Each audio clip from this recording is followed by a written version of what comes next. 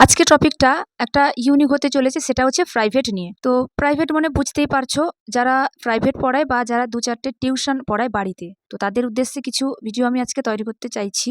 তাদের উদ্দেশ্য করে যারা কথা বলে আরকি তাদের জন্য। তো অনেকে জিজ্ঞাসা করে যে, "তুই কি করিস বা তুই কি কাজকর্ম করিস?"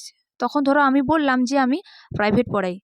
পাতি ভাষায় যাকে বলে টিউশন পড়ানো। তো ওনাদের মুখভঙ্গি বা এমন একটা অঙ্গভঙ্গি প্রকাশ পাই, তো মনে হয় যে আমি যেন প্রাইভেট পড়িয়ে কোনো ভুল করেছি বা প্রাইভেট পড়ানো কোনো ঘৃণ্যতম কাজ। তো সমাজের কিছু যারা নিজেদের উঁচু মনের ভাবেন আরকি, আদতে মনটা খুবই নিচু মনের, তারা এই প্রসঙ্গ নিয়ে কথা বলেন বা এরকম কথার প্রসঙ্গ তুলেন।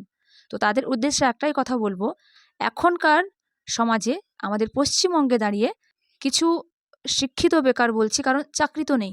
শিক্ষিত বেকার যারা, তারা কিন্তু এই সম্মানের সঙ্গে এই কাজটাই করতে পারেন। সম্মানের সঙ্গে এই প্রাইভেটটাই কিন্তু পড়াতে পারেন। এটা পড়িয়ে তারা জীবিকা অর্জন করেন। তাহলে এখানে অপরাধটা কি, আমি সেটাই বুঝতে পারছি না। আর এরকমভাবে প্রাইভেটটাকে ছোট মনে বা ছোট দৃষ্টিভঙ্গিতে কেন দেখা হয়, আমি সেটাই বুঝতে পারছি না। এটাকে একটা সম্মানের জায়গায় রাখা উচিত, অসম্মানের জায়গায় নয়, প্রথমত। আর দ্বিতীয়ত যেটা হচ্ছে, সেটা যারা প্রাইভেট পড়ান তাদের কিন্তু ইনকামটাও কম না, কোনো সরকারি চাকরিওয়ালার থেকে কম না। কারণ যারা প্রাইভেট পড়ায় তারা জানে।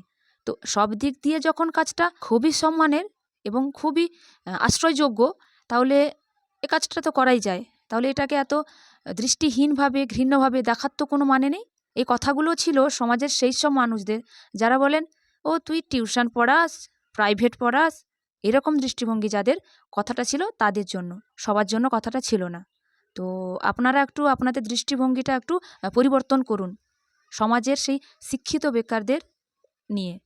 কারণ পশ্চিমবঙ্গে দাঁড়িয়ে আমাদের এই কাজ করা ছাড়া আর কোনো কাজ করার কোনো উপায় আমাদের নেই।